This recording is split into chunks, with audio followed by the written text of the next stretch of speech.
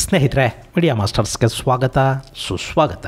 ಗೆಳೆಯರೆ, ಟ್ರಂಪ್ 2.0 ಹೇಗಿರುತ್ತೆ ಅನ್ನೋ ಬಗ್ಗೆ ನಿಧಾನವಾಗಿ ಒಂದಷ್ಟು ಸೂಚನೆಗಳು ಸಿಗ್ತಾ ಇವೆ. ಇನ್ನು ಅಮೆರಿಕ ಫಸ್ಟ್ ಅನ್ನೋದಕ್ಕೆ ಹೆಚ್ಚು ಮಹತ್ವ ಸಿಗ್ತಾ ಹೋಗುತ್ತೆ. ಅಲ್ಲಿನ ಇಂಡಸ್ಟ್ರಿಯಲೈಸೇಷನ್ಗೆ ಹೆಚ್ಚು ಒತ್ತು ಸಿಗ್ತಾ ಹೋಗುತ್ತೆ.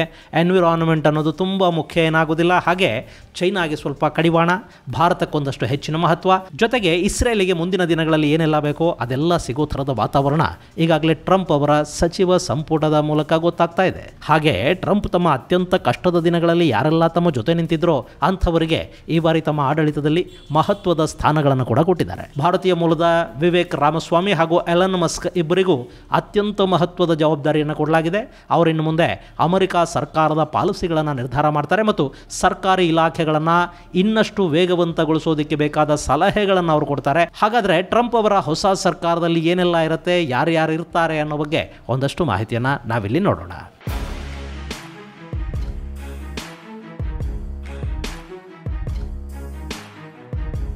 ಗೆಳೆಯರೆ, ಡೊನಾಲ್ಡ್ ಟ್ರಂಪ್ ವೈಟ್ ಹೌಸ್ಗೆ ಹೋಗೋ ಮೊದಲು ಅವರ ಸರ್ಕಾರದಲ್ಲಿ ಯಾರೆಲ್ಲ ಇರಬೇಕು, ಯಾವೆಲ್ಲ ಜವಾಬ್ದಾರಿಗಳನ್ನು ನಿರ್ವಹಿಸಬೇಕು ಅನ್ನೋ ಬಗ್ಗೆ ಒಂದು ಸ್ಪಷ್ಟ ನಿಲುವನ್ನು ಕೈಗೊಳ್ತಾ ಇದ್ದಾರೆ. ಟ್ರಂಪ್ ಆಡಳಿತದಲ್ಲಿ ಈ ಬಾರಿ ಸಾಧ್ಯವಾದಷ್ಟು ತಮ್ಮ ನಿಷ್ಠರಿಗೆ ಅವಕಾಶ ಕೊಡೋ ಮೂಲಕ ಮುಂದಿನ 4 ವರ್ಷಗಳ ಕಾಲ ಸರ್ಕಾರದಲ್ಲಿ ಯಾವುದೇ ಸಮಸ್ಯೆಗಳಾಗದ ಹಾಗೆ, ತಮ್ಮ ನಿಲುವು ನಿರ್ಧಾರಗಳಿಗೆ ಹೆಚ್ಚು ವಿರೋಧ ವ್ಯಕ್ತವಾಗದ ಹಾಗೆ, ತಾವೇನು ಬಯಸ್ತಾರೋ ಅದನ್ನೇ ತಮ್ಮ ಸಹವರ್ತಿಗಳು ಹೇಳೋ ಹಾಗೆ ಮತ್ತು ಮಾಡೋ ಹಾಗೆ ಒಂದು ವ್ಯವಸ್ಥೆಯನ್ನು ಕ್ರಿಯೇಟ್ ಮಾಡ್ಕೋತಾ ಇದ್ದಾರೆ. ಇನ್ನು ಈ ಬಾರಿ ವಿಶ್ವಸಂಸ್ಥೆಯನ್ನು ಪ್ರತಿನಿಧಿಸುವುದಕ್ಕೆ ಟ್ರಂಪ್ ಎಲಿಸ್ ಸ್ಟೆಫಾನಿಕ್ ಅವರನ್ನು ಆಯ್ಕೆ ಮಾಡಿದ್ದಾರೆ.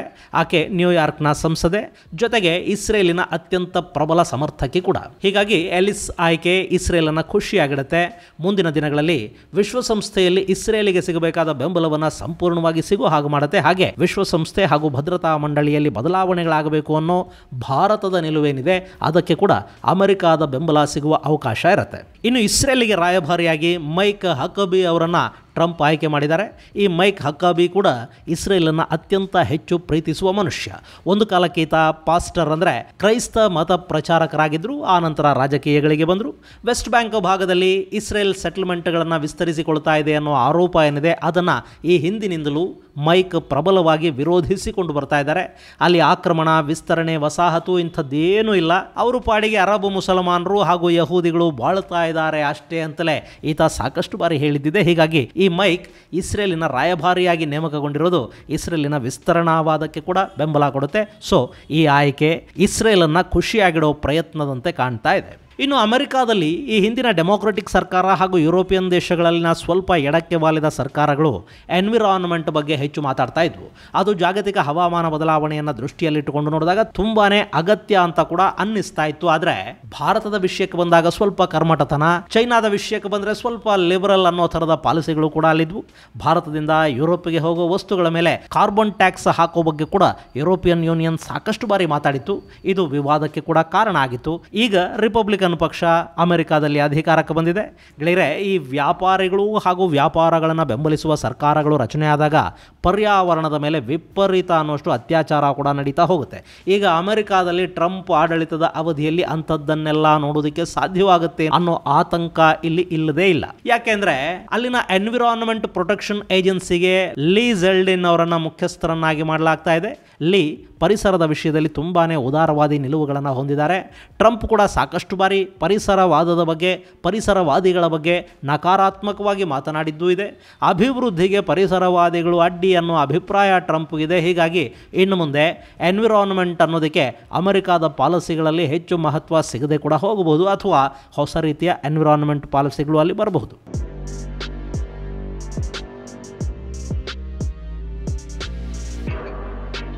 ಇನ್ನು ಅಮೆರಿಕದ ರಕ್ಷಣೆ, ವಿದೇಶಾಂಗ ಮುಂತಾದ ಅತಿ ಮುಖ್ಯ ಹುದ್ದೆಗಳ ವಿಷಯಕ್ಕೆ ನಾವು ಬರೋದಾದರೆ ಈ ಬಾರಿ CIAಗೆ ಭಾರತೀಯ ಮೂಲದ ಕಾಶ್ ಪಟೇಲ್ ಅಥವಾ ಕಶ್ಯಪ್ ಪಟೇಲ್ ಆಯ್ಕೆ ಆಗಬಹುದು ಅನ್ನೋ ಮಾಹಿತಿ ಇತ್ತು. ಆದರೆ CIA ಮುಖ್ಯಸ್ಥರ ಹೆಸರನ್ನು ಅಧ್ಯಕ್ಷರು ಹೇಳಿದ ನಂತರ ಕೂಡ ಅದನ್ನು ಸೆನೆಟ್ ಅಂಗೀಕರಿಸಬೇಕು.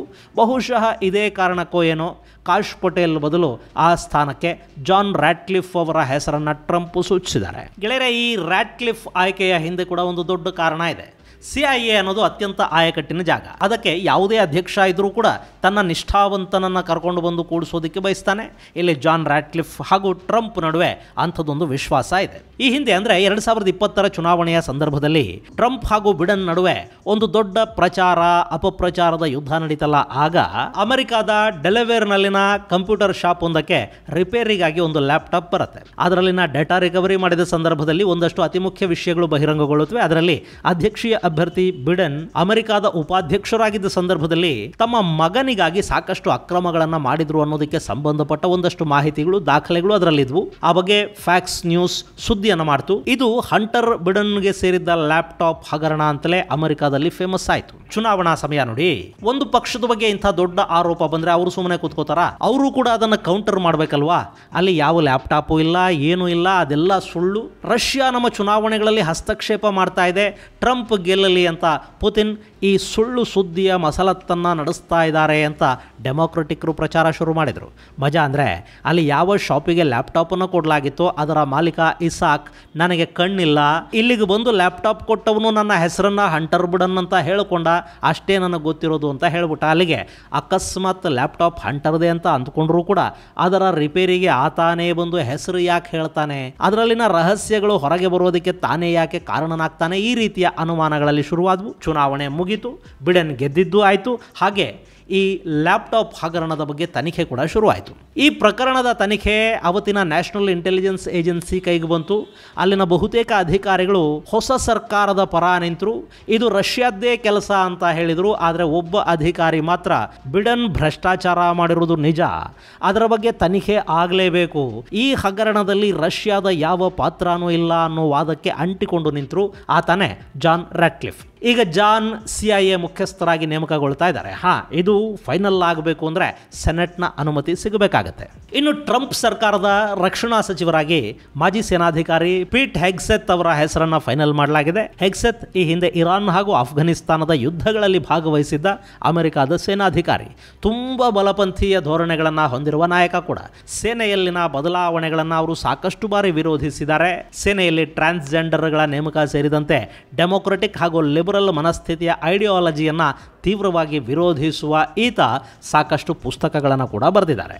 ಈ ಪೀಟ್ ಹೆಗ್ಸೆತ್ ಈಗ ಅಮೆರಿಕಾದ ಡಿಫೆನ್ಸ್ ಸೆಕ್ರೆಟರಿ ಅಂದರೆ ರಕ್ಷಣಾ ಸಚಿವರಾಗಿ ನೇಮಕಗೊಂಡಿದ್ದಾರೆ. ಇನ್ನು NSA ಅಂದರೆ ನ್ಯಾಷನಲ್ ಸೆಕ್ಯೂರಿಟಿ ಅಡ್ವೈಸರ್ ಆಗಿ ಮೈಕ್ ವಾಲ್ಡ್ಸ್ ನೇಮಕಗೊಂಡಿರೋ ಬಗ್ಗೆ ನಿಮಗೆ ಹಿಂದಿನ ವಿಡಿಯೋ ಒಂದರಲ್ಲಿ ಹೇಳಿದ್ದೀನಿ. ಮೈಕ್ ಕೂಡ ಟ್ರಂಪ್ ಅವರ ಅತ್ಯಂತ ನಂಬುಗೆಯ ಅನುಯಾಯಿ. ಜೊತೆಗೆ ಇಂಡಿಯಾ ಕಾಕಸ್ ನಾಯಕ ಕೂಡ ಆಗಿರುವ ಮೈಕ್ ಚೈನಾದ ಬಗ್ಗೆ ತುಂಬ ಅಧ್ಯಯನ ಮಾಡಿದ್ದಾರೆ. ಭಾರತ ಮತ್ತು ಅಮೆರಿಕಾಗಳು ಎಲ್ಲ ರೀತಿಯಲ್ಲೂ ಒಟ್ಟಾಗಿ ಹೋಗಬೇಕು, ಅಮೆರಿಕ ಭಾರತದ ಬೆಳವಣಿಗೆಗೆ ಬೇಕಾದ ಎಲ್ಲ ಸಹಕಾರವನ್ನು ಕೊಡಬೇಕು ಅಂತ ಪ್ರತಿಪಾದಿಸುವ ನಾಯಕ ಈ ಮೈಕ್ ವಾಲ್ಡ್ಸ್. ಹೀಗಾಗಿ ಮೈಕ್ ನೇಮಕ ಭಾರತದ ದೃಷ್ಟಿಯಿಂದ ಅತ್ಯುತ್ತಮ ಆಯ್ಕೆ ಅಂತ ಹೇಳಲಾಗ್ತಾ ಇದೆ.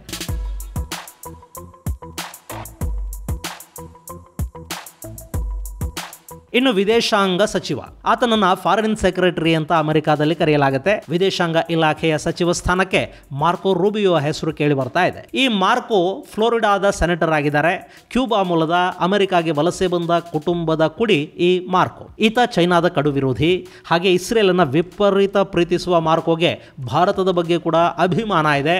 ಭಾರತವನ್ನು ಅಮೆರಿಕ ತನ್ನ ಪಾರ್ಟ್ನರ್ ಥರ ಅಲ್ಲದೆ ಅಲೈ ಥರ, ಅಂದರೆ ಜಪಾನ್, ಬ್ರಿಟನ್, ಇಸ್ರೇಲ್ ಮುಂತಾದ ದೇಶಗಳನ್ನು ಅಮೆರಿಕ ಹೇಗೆ ಟ್ರೀಟ್ ಮಾಡ್ತಾ ಇದೆಯೋ ಅದೇ ಥರ ಭಾರತವನ್ನು ಕೂಡ ಟ್ರೀಟ್ ಮಾಡಬೇಕು ಅಂತ ಸಾಕಷ್ಟು ಬಾರಿ ಹೇಳಿರುವ ನಾಯಕ ಈ ಮೈಕ್. ಇವತ್ತು ಅಮೆರಿಕ ಭಾರತದ ಜೊತೆ ಸಾಕಷ್ಟು ರಕ್ಷಣಾ ಒಪ್ಪಂದಗಳನ್ನು ಮಾಡಿಕೊಂಡಿದೆ. ಭಾರತದ ಮೇಲೆ ಕಾಟ್ಸಾ ಥರದ ನಿರ್ಬಂಧಗಳು ಬೀಳ್ತಾ ಇಲ್ಲ ಅಂದರೆ ಅದಕ್ಕೆ ಕಾರಣ ಕೂಡ ಈ ಮೈಕ್ ರೂಬಿಯೋ ಅಂದರೆ ತಪ್ಪಾಗೋದಿಲ್ಲ. ಈತ ಈ ಹಿಂದೊಂದು ಖಾಸಗಿ ಮಸೂದೆಯನ್ನು ಮಂಡನೆ ಮಾಡ್ತಾರೆ. ಅದರಲ್ಲಿ ಭಾರತವನ್ನು ಅಮೆರಿಕ ಹೇಗೆ ಟ್ರೀಟ್ ಮಾಡಬೇಕು ಮತ್ತು ಭಾರತದ ಜೊತೆಗಿನ ಸಂಬಂಧಗಳನ್ನು ಹೇಗೆ ಮೇಂಟೈನ್ ಮಾಡಬೇಕು ಅನ್ನೋದ್ರ ಬಗ್ಗೆ ಆ ಮಸೂದೆಯಲ್ಲಿ ಹೇಳಲಾಗುತ್ತೆ. ಆದರೆ ಅವು ಟ್ರಂಪ್ ಸರ್ಕಾರದ ಕೊನೆಯ ದಿನಗಳು, ಹೀಗಾಗಿ ಆ ಮಸೂದೆಯನ್ನು ಪಾಸ್ ಮಾಡೋದಕ್ಕೆ ಸಾಧ್ಯ ಆಗಲಿಲ್ಲ. ಮುಂದೆ ಬಿಡನ್ ಸರ್ಕಾರ ರಚನೆ ಆಯಿತು. ಆ ಅವಧಿಯಲ್ಲಿ ಇದೇ ಥರದ ಮಸೂದೆ ಪಕ್ಷಾತೀತವಾಗಿ ಅಮೆರಿಕಾದ ಸಂಸತ್ತಲ್ಲಿ ಅನುಮೋದನೆಯನ್ನು ಪಡೆಯಿತು. ಹೀಗಾಗಿ ಬಿಡನ್ ಅವಧಿಯಲ್ಲಿ ಭಾರತದ ಜೊತೆಗಿನ ಸಂಬಂಧಗಳನ್ನು ಅಮೆರಿಕ ತುಂಬ ಕೆಡಿಸ್ಕೊಳ್ಳದೆ ಉಳಿಸ್ಕೊಳ್ಳೋದಕ್ಕೆ ಸಾಧ್ಯ ಆಯಿತು. ಇನ್ನು ಈ ಮಾರ್ಕೋ ರೂಬಿಯೋ ಪಾಕಿಸ್ತಾನದ ಭಯೋತ್ಪಾದನಾ ರಾಜಕೀಯದ ಕಡು ವಿರೋಧಿ.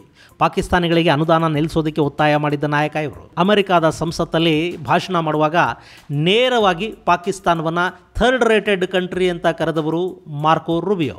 ಈಗ ಅವರನ್ನು ವಿದೇಶಾಂಗ ಸಚಿವರನ್ನಾಗಿ ಟ್ರಂಪ್ ನೇಮಕ ಮಾಡುವ ಸಾಧ್ಯತೆಗಳಿವೆ, ಆದರೆ ಇದು ಇನ್ನೂ ಖಚಿತ ಆಗಿಲ್ಲ. ಇದನ್ನು ಹೊರತುಪಡಿಸಿದರೆ ಟ್ರಂಪ್ ಚುನಾವಣೆಗೆ ದೊಡ್ಡ ಮಟ್ಟದ ಸಹಾಯ ಮಾಡಿದ ವ್ಯಾಪಾರಿ ಎಲನ್ ಮಸ್ಕ್ ಹಾಗೂ ಅಧ್ಯಕ್ಷೀಯ ಚುನಾವಣೆಯ ಅಭ್ಯರ್ಥಿಯಾಗಿ ಕಾಣಿಸಿಕೊಂಡು ಟ್ರಂಪ್ಗಾಗಿ ನಾನು ವಿತ್ಡ್ರಾ ಮಾಡ್ತಾ ಇದ್ದೀನಿ ಅಂತ ಕಣದಿಂದ ಹಿಂದೆ ಸರಿದ ವಿವೇಕ್ ರಾಮಸ್ವಾಮಿ ಅವರನ್ನು ಕೂಡ ಟ್ರಂಪ್ ಕೈಬಿಟ್ಟಿಲ್ಲ.